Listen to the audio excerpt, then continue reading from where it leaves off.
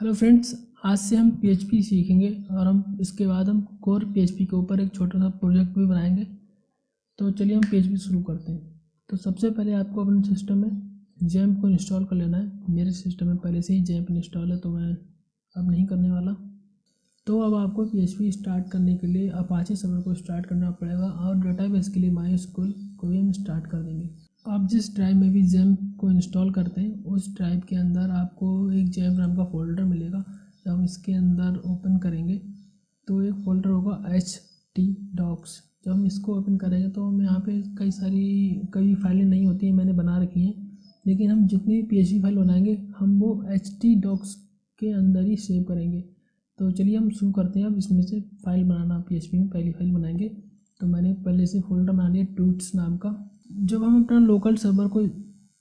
XAMPP server को start करेंगे तो अपने ब्राउज़र में आके हम लिखेंगे लोकल होस्ट जैसे ही टाइप करेंगे तो लिख के आ जाएगा यहाँ पर हमारा XAMPP server Apache MariaDB PHP Perl. तो जैसे कि मैंने आपको बताया था, मैंने htdocs के अंदर एक फ़ोल्डर बनाया ट्यूट्स नाम का। तो मैं यहाँ पे लोकल होस्ट / उस फोल्डर का नाम लिख देता हूँ। तो जैसे आप देख सकते हैं यहाँ पे अभी एक भी फाइल नहीं है, क्योंकि मैंने अभी एक भी फाइल नहीं बनाई है। तो सबसे पहले तो मैं फाइल सेव करता हूँ इस फोल्डर के अंदर और फिर आपको ब्राउज़र में ओपन करके दिखाऊंगा।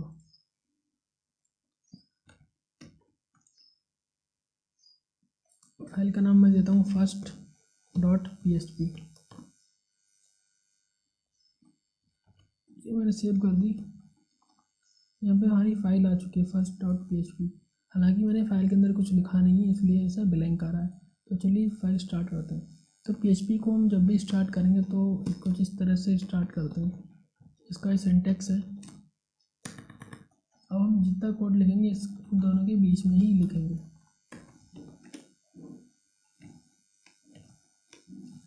तो सबसे पहले तो मैं आपको कुछ आउटपुट करके दिखाता हूँ। echo / my name।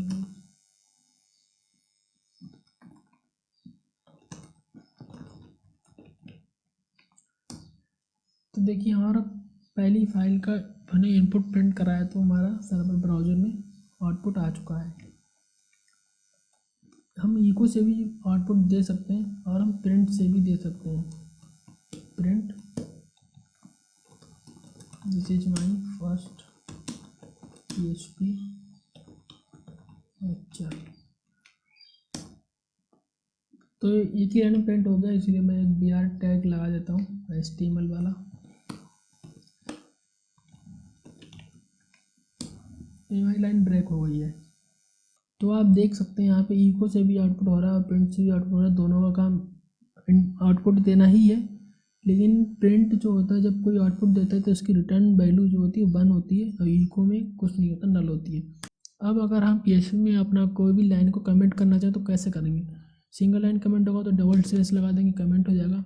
अगर बहुत सारी लाइनें हैं उसको कमेंट करना है तो क्या करेंगे, हम / स्टार्टिंग में लगाएंगे और / एंड में लगा देंगे और कमेंट हो जाएगा। अब हम PHP में वेरिएबल डिक्लेयर करना सीखेंगे कि PHP में वेरिएबल डिक्लेयर कैसे करते हैं। तो अगर हमें PHP में वेरिएबल डिक्लेयर करना है तो हम डॉलर का साइन लगा के वेरिएबल डिक्लेयर कर सकते हैं। डॉलर के नाम हम कुछ भी दे सकते हैं, $var। तो हम इस वेरिएबल का नाम इंग्लिश अल्फ़ाबेट से भी स्टार्ट कर सकते हैं या फिर अंडरस्कोर लगा के भी हम वेरिएबल बना सकते हैं। वेरिएबल का जो नेम होता है वो केस सेंसिटिव होगा, यानी कैपिटल A अलग वेरिएबल होगा और स्मॉल a अलग वेरिएबल होगा। तो जैसे कि मैं आपको करके दिखा देता हूँ। A = 5 एंड $B = है। तो यहाँ पे आप देख सकते हैं मैंने यहाँ पे इंटीजर स्ट्रिंग ऐसा कुछ बताया नहीं है, तो इसीलिए हम PHP को बहुत ही लूजली टाइप्ड लैंग्वेज बोलते हैं, क्योंकि इसमें हमें कुछ ज़्यादा कुछ करना नहीं होता है और PHP अपने आप ही डिसाइड कर लेता है कि मुझे जो इनपुट मिल रहा है वो स्ट्रिंग है, इंटीजर है, क्या चीज़ है, वो उसे अपने आप पता कर लेता है। तो हमें ऐसा बताने की ज़रूरत नहीं है PHP में। echo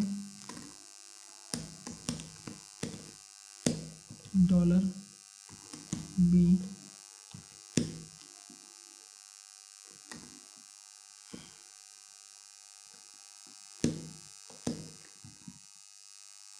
dollar capital A, dollar small A. तो प्रिंट कराते हैं इसको। तो देख सकते हैं यहाँ पे हमारा आउटपुट आ चुका है। सॉरी, यहाँ पे कुछ गलत हो गया।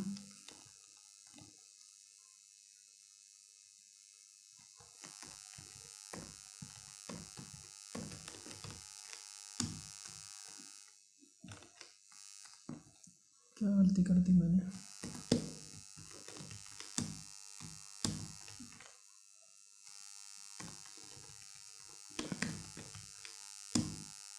ये हमारा आउटपुट आ चुका है, लेकिन अगर मैं यहाँ पे प्रिंट लिखता तो मैं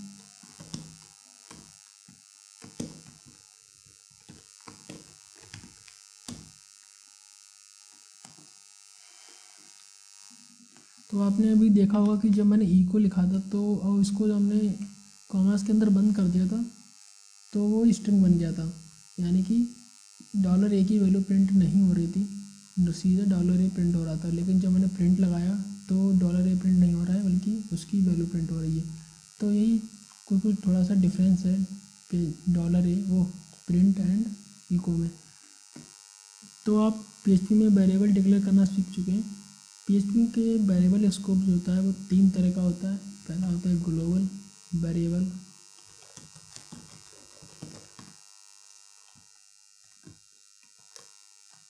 उसके बाद आता है हमारा लोकल वेरिएबल, फिर आता है स्टैटिक वेरिएबल।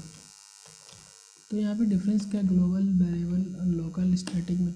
ग्लोबल वेरिएबल होता है वो हमारा फंक्शन के बाहर होता है। किसी फंक्शन के बाहर कोई हम वेरिएबल डिक्लेयर करेंगे तो वो ग्लोबल वेरिएबल होगा, और किसी फंक्शन के अंदर वेरिएबल डिक्लेयर करेंगे तो उसको हम लोकल वेरिएबल बोलेंगे। और स्टैटिक वेरिएबल का मैं आपको एग्जांपल करके दिखा दूँगा। पहले ग्लोबल वेरिएबल और लोकल वेरिएबल इन दोनों का एग्जांपल करके दिखाता हूँ मैं आपको। पहले तो मैं इसको कमेंट कर देता हूँ। तो जैसा कि आप यहाँ पे देख सकते हैं कि एक कोई फंक्शन के बाहर नहीं है, दोनों बाहर है, इसलिए ग्लोबल वेरिएबल हुए।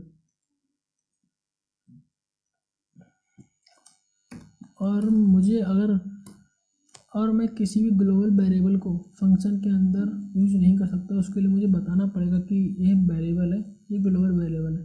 तो चलिए मैं आपको एक प्रैक्टिकल करके दिखाता हूँ। अभी तो फंक्शन बना लेता हूँ, फंक्शन टेस्ट।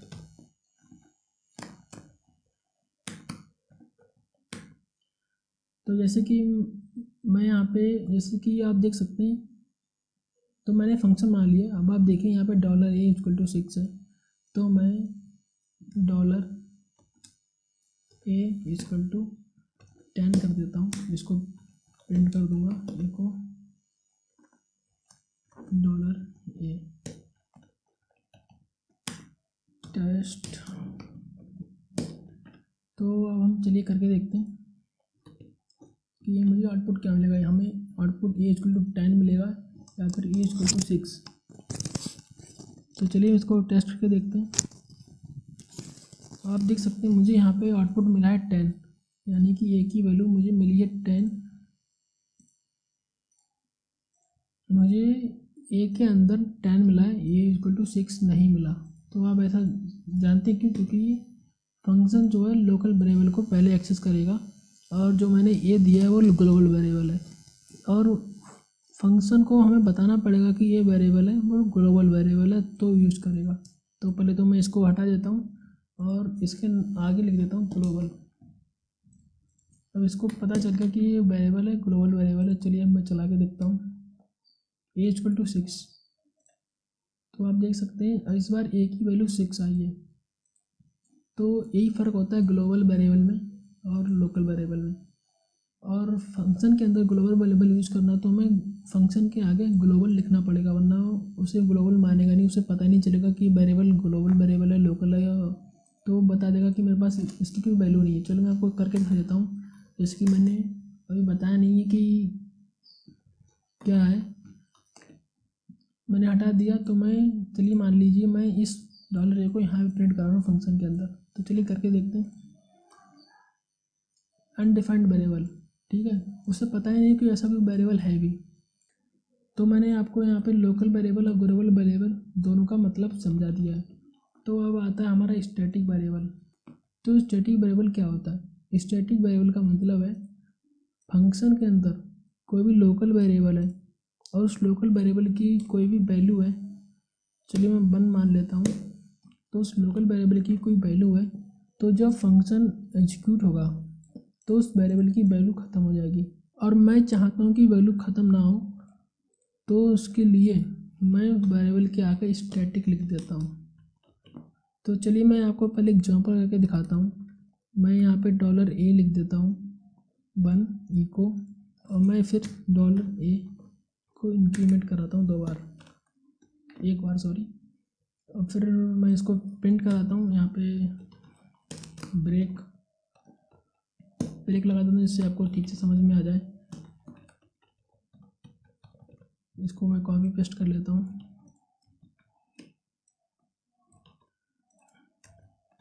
तो आप देखिए मैं यहाँ पे 3 बार प्रिंट करा रहा हूँ, 1 2 और 3। तो यहाँ पे वैल्यू क्या आनी चाहिए? एक तो यहाँ पे बनाना चाहिए, यहाँ पे जो प्रिंट हो वो प्लस हो के आए, उसके बाद भी यहाँ पे प्लस हो के आए। तो पहले मैंने स्टैटिक नहीं लगाया, मैं आपको ऐसे ही करके दिखाता हूँ। मैं फाइल सेव कर देता हूँ। आप देख सकते हैं यहाँ पे 3 बार 1 आया है। 3 बार 1 क्यों आया है?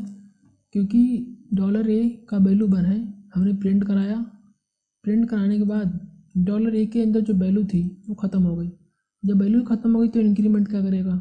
ठीक है, तो ऐसा ही उसने 3 बार किया। लेकिन अगर मैं इसके आगे स्टैटिक लिख देता हूँ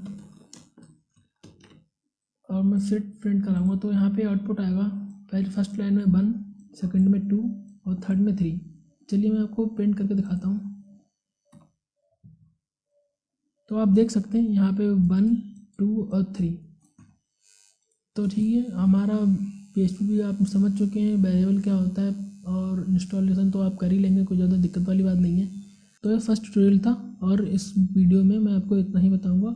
सेकंड एपिसोड में हम और भी बहुत सारी चीज़ें कवर करने वाले हैं। आप कमेंट बॉक्स में बता दीजिए कि मेरी वीडियो में क्या प्रॉब्लम थी, मैं कैसे वीडियो को इम्प्रूव कर सकता हूँ। और आपको कोई प्रॉब्लम आती तो वो भी कमेंट बॉक्स में बता दीजिए। आपको वीडियो अच्छी लगी तो वीडियो लाइक कर दीजिए, चैनल को सब्सक्राइब कर दीजिए। हम मिलते हैं नेक्स्ट वीडियो में।